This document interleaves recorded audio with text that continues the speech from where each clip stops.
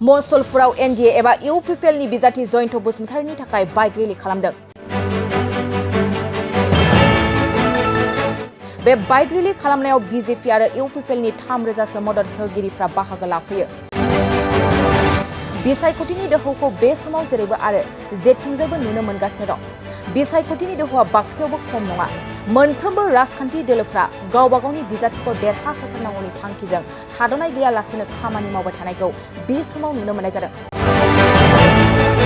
थिग बेबादिनो एनडिए एबा इउपिपिएलनि बिजाथि जयन्त बसुमतारीखौ 1 नं क'क्राझार लकसभा बियाबनिफ्राय देरहाहोथारनांगौनि थांखिजों बाक्सानि मसलपुराव इउपिपिएल, बिजेपि आरो एजेपिखौ बाइक रेलि लानायखौ नुनो मोनो। दिनैनि बे बाइक रेलि हाबाफारिखौ आसामनि केबिनेट मन्त्रि उरखावगोरा ब्रह्मआ बेखेवनानै होयो। उरखावगोरा ब्रह्मजों लोगोसे बिटिआरनि एम राकेश ब्रह्मआबो बाहागो लाफैनायखौ नुनो मोनो।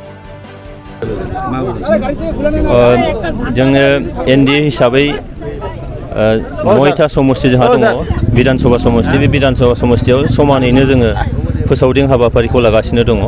दिनैहाय गसाइगाव समष्टिनि सिङाव दिनै बाइक रेलि लानाय जादों। मोनथामबो दोलोनि बाइक रेलि जागोन बियो। आरो बे बाइक रेलिजों लोगोसेयैनो गासै 7टा जायगायाव जोङो रायजो राजाखौ लानानै मिटिं खालामगोन। आरो बेबायदिनो जोंनि फोसावनाय हाबाफारिया जोबोद मोजाङै सोलिगासिनो दं आरो रायजो राजाफोरनि जोबोद मोजाङै जों अनसायनाय मोनगासिनो दं।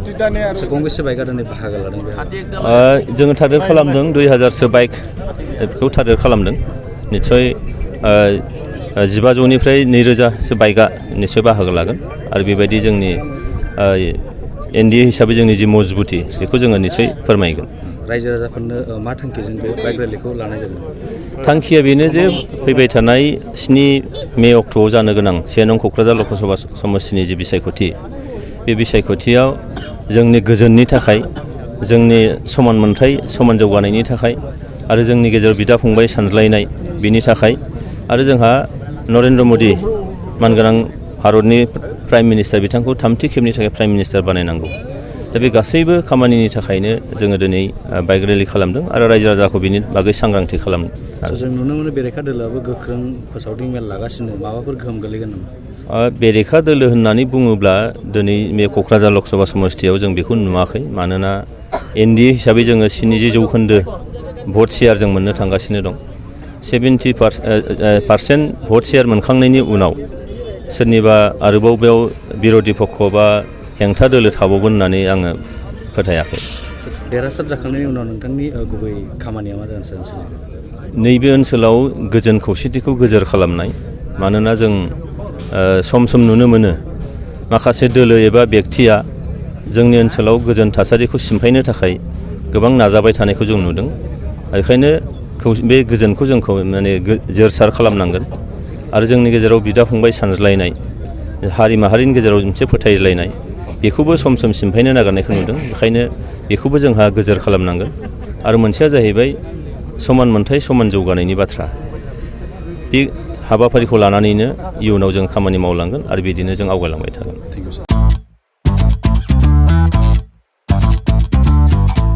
गोजोनथाव खौरां! नोंथाङा नोंथांनि गला एबा अफिस फसंथानफोरखौ जोंख्लाब माख्लाब साजायनो गोसो गैया नामा?